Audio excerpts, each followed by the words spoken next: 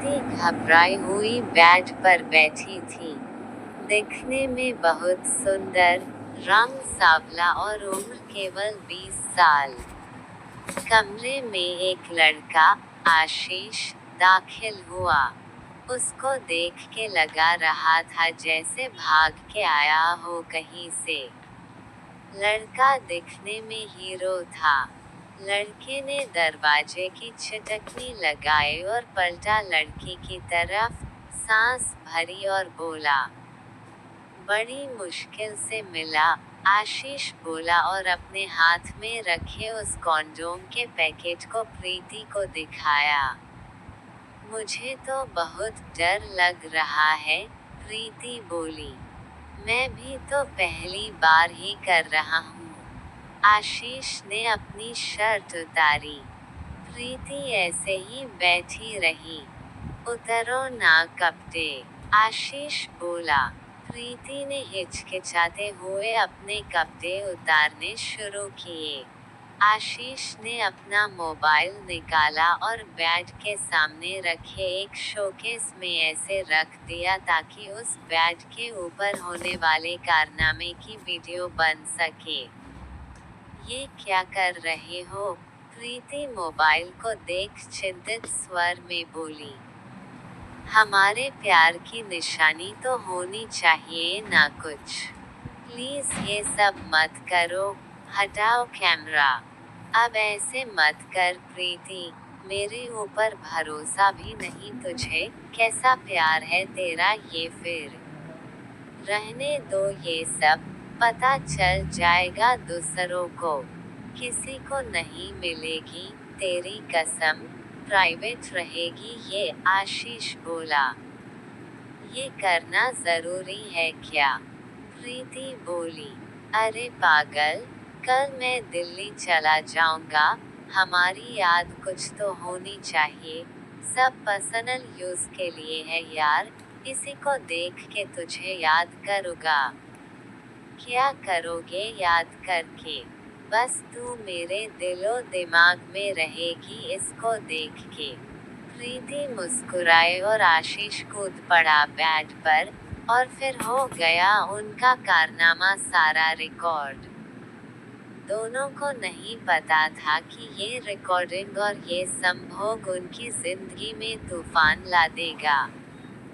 योजक चिन्ह, योजक चिन्ह, योजक चिन्ह, योजक चिन्ह। एक हफ्ता पहले, आशीष चौधरी अपनी बुआ के घर रहने आया था छुट्टी में। उसकी बुआ मेरठ के एक गांव में रहती थी और आशीष दिल्ली में। आशीष के पिता सरकारी नौकरी में थे और माँ हाउसवाइफ। आशीष की एक छोटी बहन भी थी, रिंकी, जो 10वीं में थी। आशीष खुद इंजीनियरिंग के आखिरी साल में था। आशीष जब भी लंबी छुट्टी पड़ती थी, अपनी बुआ के घर जरूर आता था। एक कारण था उसका, प्रीति, जो उसकी बुआ के पड़ोस में थी। आशीष को प्रीति बहुत पसंद थी। दोनों में बातचीत काफी थी। आशीष प्रीति के साथ फ्लर्ट बहुत करता था। आशीष छत पर जाता था जब प्रीति कपड़े सुखाने आती थी। छत पर ही ये दोनों सबसे ज्यादा बातचीत किया करते थे। दोनों की छत जुड़ी हुई थी और बराबर थी। सुबह का वक्त था, प्रीति कपड़े सुखाने आई। इतनी तेज धूप है, क्या कर रहे हो छत पे? प्रीति बोली कपड़े रस्सी पर अड़ालते हुए। तुम्हें देखने आया हूँ, आशीष बोला मुस्कुराते हुए। अच्छा जी, प्यार हो गया क्या मुझसे? क्या पता। इसी बीच, आशीष ने अपनी जेब से फोन निकाला और प्रीति का फोटो खींच लिया। फोटो खींचने की आवाज प्रीति को सुनाई दी। प्रीति कपड़े रस्सी पर डालते हुए रुक गई। फोटो ली क्या मेरी? हाँ, क्यों? तुम्हें हमेशा तो देख नहीं पाता, अब फोटो ही देख लूंगा तुम्हारी।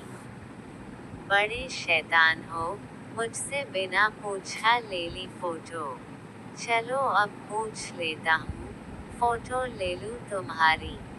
नहीं, प्रीति बोली और आखिरी कपड़ा रस्सी पर सूखा के वापस नीचे जाने को बढ़ी। अब कितने बजे आओगी? आशीष बोला, शाम को। इतने टाइम क्या करूँगा? फोटो ली तो है, उसको ही देखो, प्रीति बोली और सीढ़ियों से नीचे उतर गई।